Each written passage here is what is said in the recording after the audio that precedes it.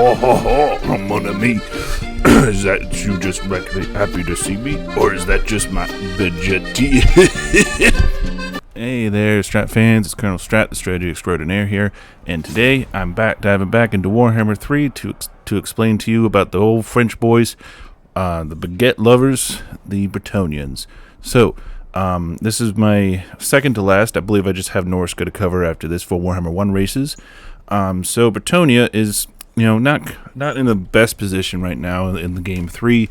They haven't seen a lot of love or DLCs, but they're still a pretty good faction, very diverse. They're the cavalry first faction, and as you can see, and just by Lewin's stature here, his voice, and his name, that they're very much inspired by medieval France, and they have like a peasant economy system, and so a lot of their units are peasant units, like these, and they come with expendable, so they don't have a morale debuff if they rout, but they are generally not used a lot, and it does hamper your economy when you use them. So you want to go for like knights, like Knights of the Realm, Pegasus Knights. Like their cavalry are very overpowered because they can use something called formations that were in previous Total War games that apparently only apply to Bretonnian Cav now.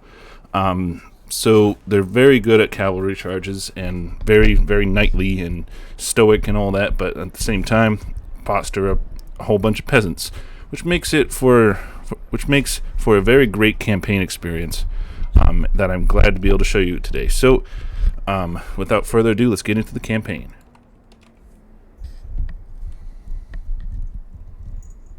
On for the lady. For the lady. Alright, so Bretonnians, like I said before, their campaign is kind of similar to the Empire and other human factions, but they do have one advantage over the Empire, and that's their peasant economy mechanic. Meaning that if you use this limit here, if you don't have as many peasants in your army, like you only start with 8. You can increase the amount of peasants you can have, and if your farms are working at max capacity, you have minus 100% for peasant mobs and minus 10% upkeep for knight units. It really helps your economy. So they have a chivalry mechanic as well, which is this thing right here.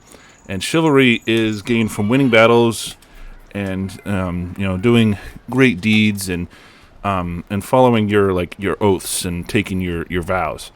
And then you can receive heroic victories and blessings of the lady. Now, blessings of the lady invoke their protection on you, and I believe this mechanic is done through here. No, I believe it's just you get like random events that'll give like blessings to the lady to your armies if you achieve massive victories with it and you keep on a roll. And then you can complete your challenges with your vows and troths, and that gains powerful rewards as well. We'll look into that. And of course, maintain balance with the use of peasants so that you don't go overboard with the economy. So you want to make sure you don't use too many peasant units. Now, what are peasant units? Now, see this one right here? It's marked with this symbol. That means it's a peasant. That means that they are taken from their farms to fight. So it's very, very realistic. So you can only have so many peasant units, like these 3 are peasants, but these are not. They're a knight. They have the knight's vow, and you need to have a knight vow to be able to command them. Now we'll get into that in a little bit, but the knight units are what you're going to want to do because they're the heavy hitters. They have a lot of armor, a lot of speed, a lot of weapon strength and charge bonus, as well as these special formation abilities that really do buff up your attack. So they're ones that you want to go for, but you do need peasants to support as well. Let's get her in here. Alright, so that covers then, like they have a standard economy, just like the Empire. Standard stances, nothing interesting there. We go into the building tree. Building tree's pretty standard as well. A main building, 4 levels for a barracks. They have 5 levels for a stable because eventually you get Hippogriff Knights, which are very good and require a special vow to be able to recruit them and command them. And they also start with, I believe, it's a Blessing of the Lady. which is one of their traits. I'll have to see it later. But like these ones don't have the blessing, but he does. See, blessing of the lady. And he always has this because it's a skill. So it's just a special skill you get, and yeah, I mean 20% physical resistance is good. It's not the best in the game, but it does help out a lot, especially against enemies that Bretonnia is going to be fighting, like undead and physical enemies, not magical enemies. So, and then of course they have the regular resource buildings, landmarks, and their military supports. They have some trebuchets. Like blessed trebuchets are really good. But their Grail Guardians are one of the best units that they can have because they have perfect vigor, they have formations, they have 120 armor, magical attacks. They're really, really good. They're probably one of the best cavalry in the game. Their damsels are basically their support casters. They have Heaven's Beast and Life, pretty decent. Those are pretty decent. Spells, like magic schools, and this basically is their like Sigmarite. It's kind of like their the Sigmarite building for the Empire. It just helps reduce corruption. They have their armory, but this actually helps because you could stack these to give more armor the more you have. So that actually is a bit of a cheese that you can use with Bretonnia late game. Standard, their standard defense buildings. But their infrastructure buildings are a little different because you can actually, I believe, unlock recruitment of peasant units through the fields, which also give you like a base income. But I believe if you invest into it, you can't profit from industry, but you can build these once you have it. And then if you invest in weaving houses, you can profit from industry, but not from farms. So you have to build it accordingly. To what you want. So if you want more industry, which produces a lot more income and helps your armies, but doesn't produce any peasant units and doesn't produce any growth, then you'll want that. But if you want growth and you want a whole bunch of income from farms and peasant units, you have to build like peasant farms. Makes sense, right? And then there's the tap room, which is just basically the control building, like the Empire. And then finally we have the pox shelter, which is a casualty replenishment and growth building that's really, really good to have. But as you can see, their buildings are a little different, but pretty much the same. Now we'll go into Lewin's Lewin here. Look at his character details. Now he has his regular character details here, skills, just like normal, but he has a special hippogriff that he gets.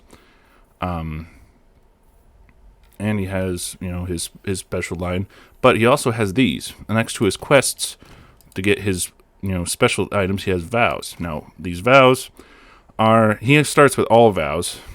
So you could take a general and pledge them to knowledge, campaign, untaint, and they all have different ones. But it's all basically a knight's vow, questing vow, and grail vow.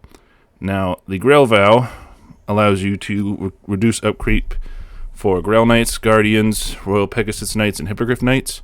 Also gives you perfect vigor, enables magical attacks and all that. And it's like a quest. So you take it, and it's a quest. You get like capture a settlement or kill so many undead. That way you can get it, like the Knight's Vow here, and then the questing vow. So there's all different types of vows, and you'll see that when you get new commanders. Like let's get this guy. So yeah, we'll get him. He has more speed, and then you see his vows here. So he could take a pledge to one of these vows. So his knight's vow, you could pledge to knowledge, research 5 technologies, order, be present in a region 5 times when building completes, or pledge to chivalry, rank up 5 times after taking the pledge. So they're not super difficult, and you do one at a time, and that unlocks better units, and you can lead them with this guy. So it really does help. And then once you unlock it, you get access, and it greatly reduces the upkeep for those units. So it makes sense. I mean, I think he could still use them even if he doesn't have a vow unlocked, but the upkeep is insane. Alright, so with that, we'll go into the technology. The Bretonnian technology is pretty bare bones. They need a rework really bad, but they do have some good ones. Like they get chivalry from all of it, chivalry plus 50 for each of these, and then there's armor, economic investment. You can improve the economy, control, increase like little buffs and little buffs here and there. But I really do think it needs a rework. Because you spend a little bit of chivalry to get them unlocked. Now, what's the big deal about chivalry, I might hear you ask? Well, because if you get up to max, you can summon the Green Knight. Now, the Green Knight is a very, very powerful, well, he used to be. He's not as powerful as he used to be, but he still is pretty good. Kind of like legendary hero to summon. And he'll only be available for a limited amount of turns before he disappears into the mist. Kind of like, he's coming there to save you last minute. So that's pretty much all that the Bretonnians have to go for. They're a nice faction. I think they're very fun to play, especially because I believe the vow system was something they added later on. But they still need a little bit of work, a little bit of love, a little bit of DLC, because it's literally just been this. They've had one FLC Lord, who's, I believe, Lioness. Yeah. Ponce. Raponce is pretty good, and she buffs up her peasants a lot, but it didn't add any new units. It just added a peasant buffer, whereas Lewin buffs up knights. Because, if you look in his skill tree, he'll get this, which reduces upkeep for Knights of the Realm. He gets this, Lady's Champion, which is a heal he gets. Blessed Son of Bretonnia, Lion Shield. He's just very, very tough. He's a tough cookie, and he buffs up his questing knights a lot, reduces upkeep for them. So it's really they really do need to introduce a new Bretonnian Lord and add some new units, because that's what's lacking about it. But enough of that. Let's go dive right into some army compositions for Bretonnia. I'm sure it'll tickle your belly. So, without further ado, let's get into army composition number 1. All right, and here we are with a tier 1 army. So, if we take a look around, we should see a bit of infantry. And even though I know Bretonnians aren't really good for infantry, their starting infantry isn't too bad. So we started with some men-at-arms with shields. These guys are very good to have just for their block here. Their shield is a silver shield, which is very generous for a unit of this tier. It still has about 30 armor. Not a lot of good traits other than can hide and forest and expendable. Expendable is really good for the rest of the army to have these expendable units. I just keep these units around just to catch the enemy line. And every Bretonnian army needs at least some peasant units to catch the line, but the knights should do most of the damage. So we have about 6 of these guys, because they're the best for holding a line. There are other types and variants, but I really don't think their purpose is for damage dealing, just for soaking and drawing people in. So we move on to the knights. So we have Knights Errant. While technically a tier 2 unit, you can get them very early, and I kind of like to count them as a tier 1 because all the knights are really good, so they're going to be counted as a tier 2. But I count these guys as a tier 1 because you get them so early, and usually you'll start with a healthy amount of them in your army already. So, and they're the basics, like they have 80 armor, a shield, quite a bit of leadership and speed. 78 speed is really good for a unit. A decent melee attack and defense, good charge bonus, and then they have the lance formation, which is really good.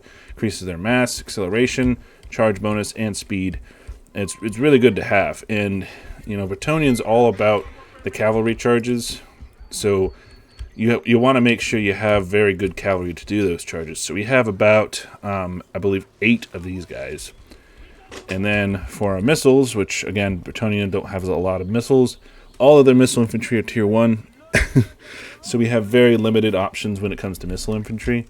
And eventually, I usually just do away with them because they don't really do much. But the ones I do have here, the peasant bowmen with pox arrows, the poison arrows always are a plus because poison reduces all the enemy stats by a lot. So I usually keep on a few of these guys just to whittle down the enemy slowly. We of course have Lewin here. He's just got his basic skills. He doesn't have his special skills anymore. Before. So it's just him with his with Brace and his Foe Seeker. But he still has all of his good traits, including his Blessing of the Lady and all that. Immune Psychology, he's really good. Also, he's on his horse. And then we have a damsel here, a Lore of Life damsel. She starts with a good amount of stats as well, along with Life Bloom, Earth Blood, a heal, and Shield of Thorns. I usually keep either a spell of a damsel of life or of the heavens. The beast one is not as good, but I'll keep at least one damsel. All right, so without further ado, let's get into this battle. I'm going to set up my cav, lock in the formations.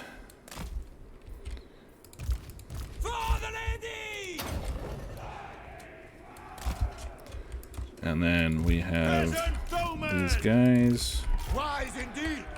Alright, we're going up against an army of undead. So it should be rather easy to deal with, even for Bretonnia. Lewin will charge from the front. Alright, let's get going.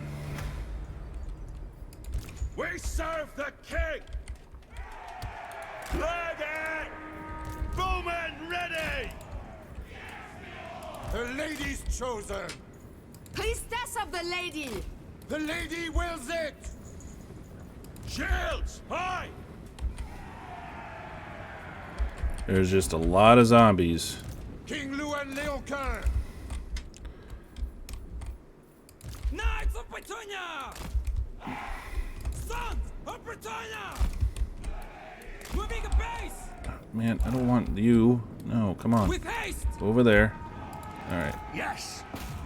Engage. Engage. Just form a line.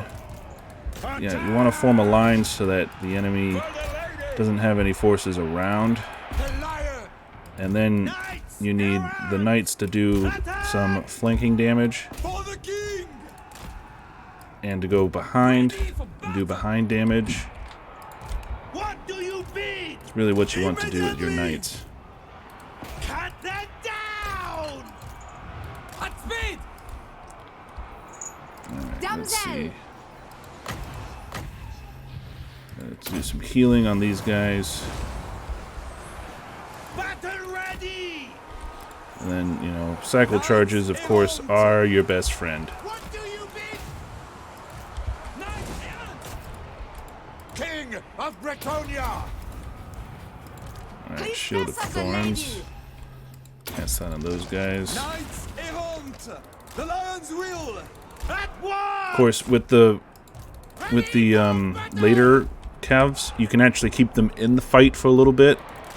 But with the early calves, you want to try to reduce that. Now we do have a pretty easy army here to deal with, so it's not like we're dealing with a lot. Swiftly! Knights! For the king! Get him! Priestess of the lady! Knights errant! There's a lot of micromanaging going on, so we don't lose that many knights, but we still have they're highly armored knights, so they're not going to be losing that much. With haste! This is my Whereas the will! peasants are kind of meant to die. Shields! With the later units, they're probably going to die. Knights errant! For Bretonnia! Knights errant. Trample down! I just love how French they are. On to glory! It's very, very, what's the word I'm looking for, guys? Lore friendly? We are ready! On to glory! Ride them down! King Louis Leoncoeur! Now! For the lady! Yeah, so we're doing pretty well.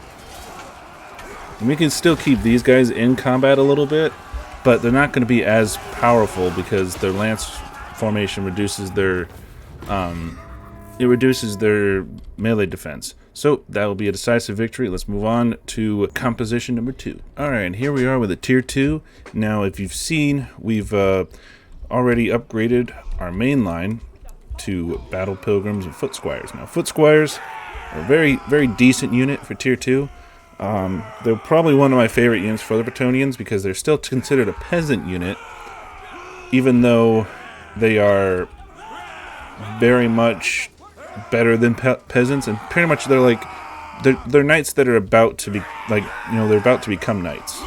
So they're just little squires, but they have anti-infantry, armor piercing, very high leadership, good armor, decent melee attack and defense, and they're very good. Armor piercing, anti-infantry, and they're very good at damage dealing. Now we also have these battle pilgrims. Battle pilgrims, very, very good as well. Not as armored as the foot squires, so they're going to be taking a lot more of the hit. But they make up for it with having frenzy, which really buffs up their damage, as well as they have increased melee defense and attack, as well as a little bit more base weapon strength. So they're going to be able to do a lot of base damage. Now for our cavalry, we didn't upgrade too much. We got Knights of the Realm, which Knights of the Realm are still really good, though. They're better in every way to the questing knights we had before. These guys have heavier armor, better leadership, better speed, better everything, really. Better charge bonus. They have the same lance ability and nothing much else, but that's pretty much what they have. We've gone and ditched our archers entirely in favor for trebuchets. Trebuchets, really good. They're a decent artillery unit. They're not the best. They're not like dwarven tier, but for Bretonnians they're pretty good. So our damsel has been upgraded to a unicorn mount, which is speedier. She also has 2 more spells, regrowth and awakening of the wood.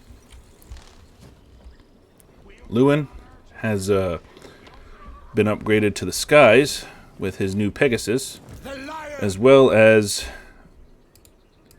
he has his 2 passives. His Ladies Champion, which replenishes his hit points, as long as his leadership is higher than broken.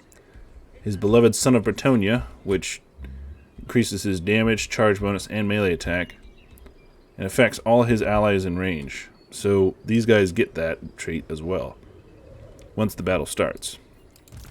Alright, so that's pretty much what we got. We're up against a beastman force now. Don't have a big cavalry focus, but just you wait. Tier 3 is going to have a lot of cavalry focus. So without further ado, let's get set up.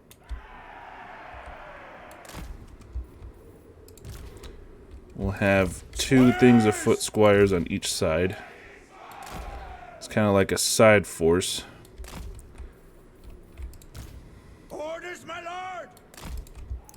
And then we have the damsel in the middle, Lewin as well.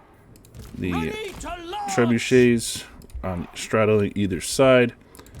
And then, of course, we're going to have 2 sections of horses. And we're going to have the Knights of the Realm in that type of formation. And then have them over here as well in that type of formation. That way they can do a lot of damage. The lance formation is very, very damaging. Alright, we're going up against a beastman force this time. Let's go up. We can afford to let them come to us this time. Not a lot of times as Bretonnia can you play defensively, but this is one of those times. Got a lot of gores, got some harpies and a feral manicore. We may want to go on the offensive, so I think we will actually go on to the offensive.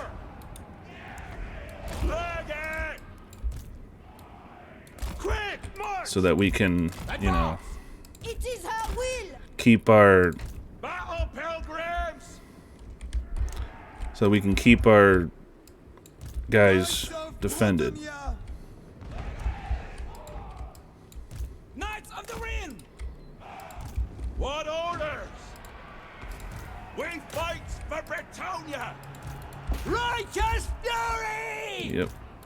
Now, to my banner! Lances ready! The Awakening of the Wood right there. We are ready! Quickly, lads!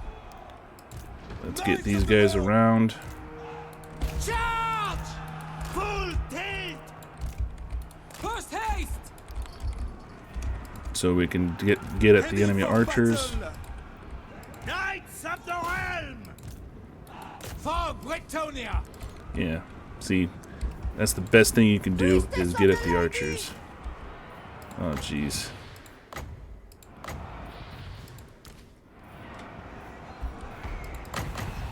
But she can also heal herself. Oh, jeez. Yeah, they're just targeting her. That's the bad side of, you know, going up against the AI is they'll always target like casters. Knights of the Realm!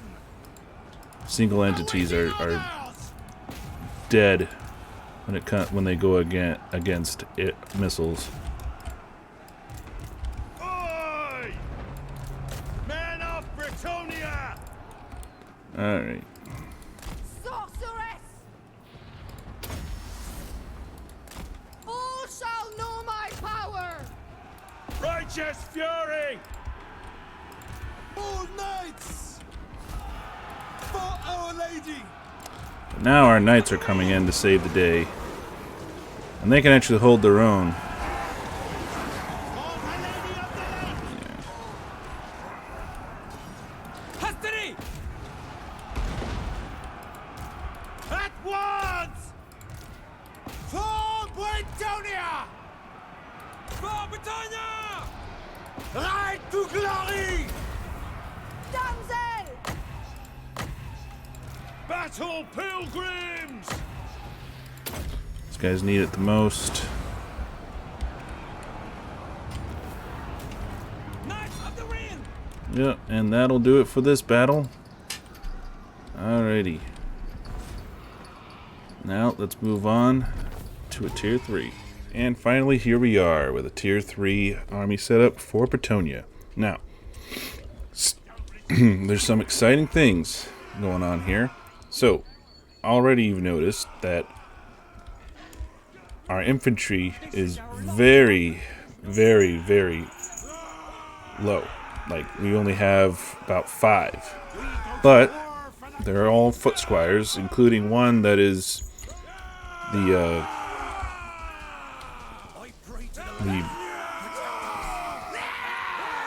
Regiment of Renown variant, which gives them a couple extra abilities like Charge Fence versus Large, Charge Reflection, which is really good as well, and also buffs up their damage, their health, like their armor a little bit, as well as their melee defense. Quite a bit, actually, I would say. Now, that's all well and good. There's only 5 of them, so they're pretty much supposed to just be the line of infantry that the enemy charges on. Now, that's becoming very, very less likely, very unlikely that they'll stick to that, but we're going to try. Now, we've also picked up the Green Knight for a moment. The Green Knight is very powerful. He's got a frostbite and magical attack weapon. Very high armor-piercing damage. He's got this Dolorous Blade ability. He's unbreakable.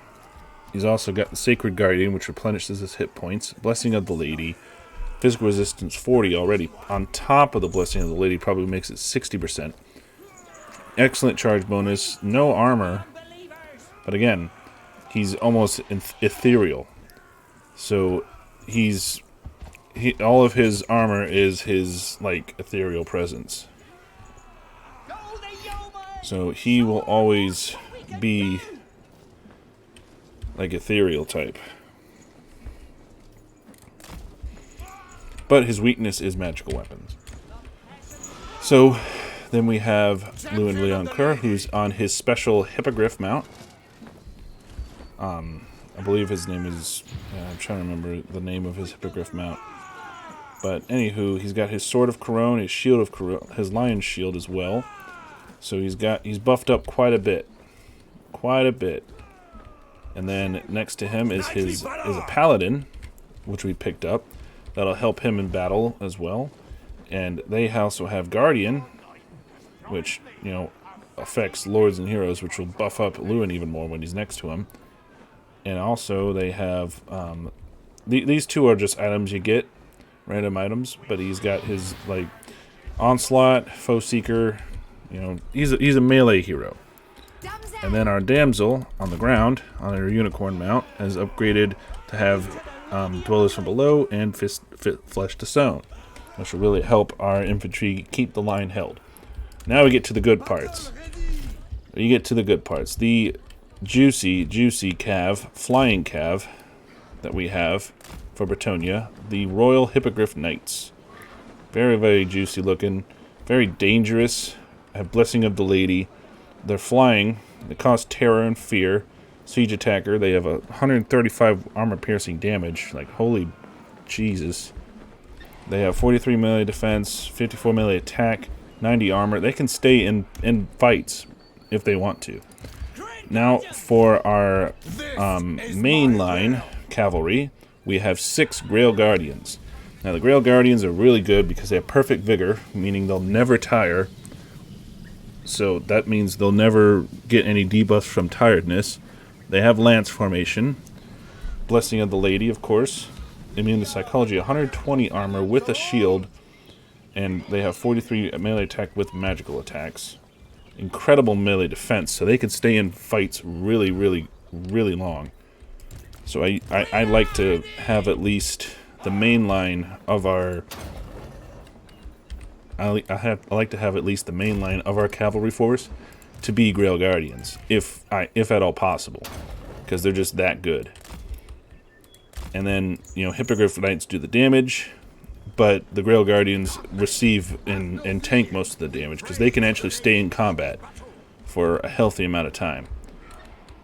So that's pretty much our setup. Plus we have a Blessed Field Trebuchet, which just buffs their damage by like double and gives them blessed ammunition, meaning they'll do magical damage. So it's good against foes like, say, Savage Orcs that have a weakness to that, or demons. So they're really good for that. Now we're going up against a Norscan force, which is a mixture of Tier 1 and Tier 2 and Tier 3 units, because Norscan forces usually are like that. So just to simulate it better, I made it like that. So without further ado, let's get into the battle. Alrighty. Glory to Bretonnia! Now, I'm not going to stay as well because, you know, even though I have the ranged advantage, that's just boring. Let's see. Yeah, these Marauders don't have any magical attacks. Neither do those guys. So I think I could send in the Green Knight. He has frostbite attacks. Yeah, I don't think they have any of that, so I could send in the Green Knight. Let's send our foot squires up front, and then we'll have our Grail Guardians on one side, and then our Hippogriff Knights right here, ready to help. And the Green Knight will send him forward to do battle, and the Paladin will stick with Lewin. Alright.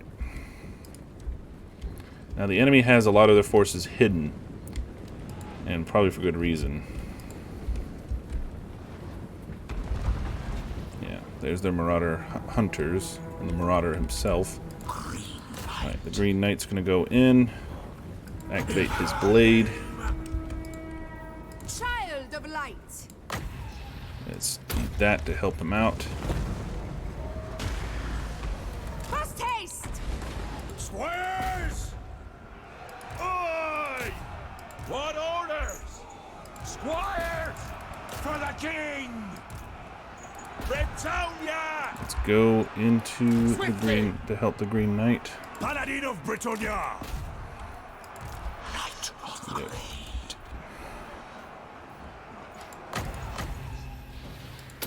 Buff the Green Knight up a little bit.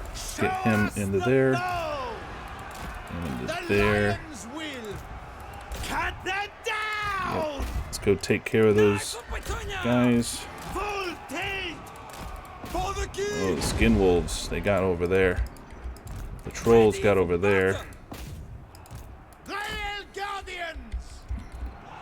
Ooh, that's not good. Full tilt! Alright, we're gonna have to do some... Smite them! Yeah, Skin Wolves got around.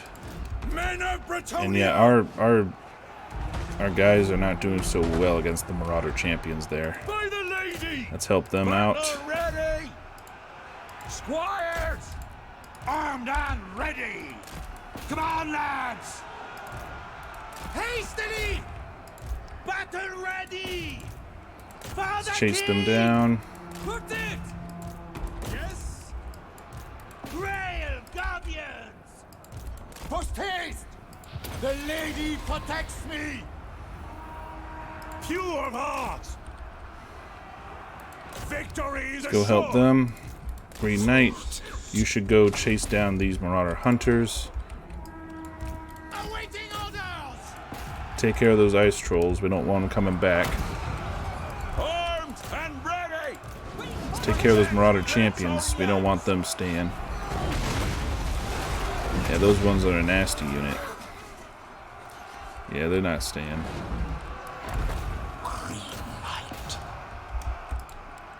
Sorceress! Oh, no, we'll do regrowth on these guys, Beast Slayers. Your command! For the king! King Luan Leoncoeur! Alright, Queen Lewin. At Let's once! deal with these Norscan Ice Trolls. Awaiting orders! Slay them! That's one of the best things about having a cavalry-focused army, is you can chase down enemy forces no problem. Behest? Because, like, My lord! you're cavalry. You're gonna do that. Attack! As you say! Attack! But if you don't get the first initiative, you can take a heavy beating like we did, because some of our knights were caught before they were able to actually do any damage. Yes! Swiftly!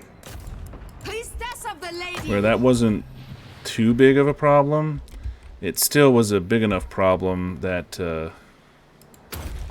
caused us to take a bit of a hit there with our knights. But they still did their job, and they still kicked ass without having to really worry about them that much. Grail Guardians! Like, this Grail Guardian over there is doing very, very well for himself. Blessed field trebuchet! Yep, and there we go. That'll do that battle. That was wrapped up pretty neatly.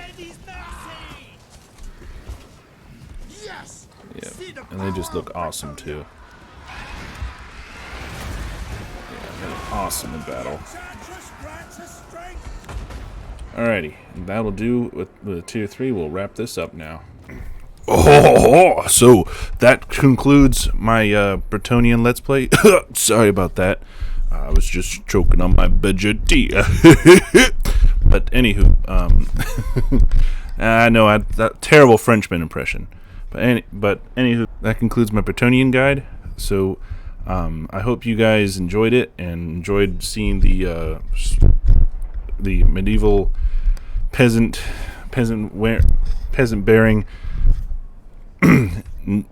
bearing knight force, just dunk on all of these factions. They're not the best race in terms of like raw fighting power, but I think they're interesting and they have a nice mechanic, especially with the updates that they've had. But they do need a little bit of love to make them one of the greats, one of the goats. Again, I do like the aesthetic. The whole Knights aesthetic is very pleasing to me, because if you can't tell, you know, that's what my channel is, you know, that's what my whole persona is, like a knight. So that's why I like it so much. But, you know, in gameplay, it can be a little tiring, especially, you know, when you have to manage all of this. But it's not a nice challenge, and I always did appreciate it. It could be fleshed out more. Anywho, I hope you're ready to go and slay for the lady, receive the blessing, and conquer and purge the lands of Bretonnia of all taint. And for Giles de Breton to reunite all Bretonians under one banner. Now I wish you best of luck, my fellow Bretonian knight, in your quests. And with that, Strat fans, I'll conclude it for today. Keep it strategic. Colonel out.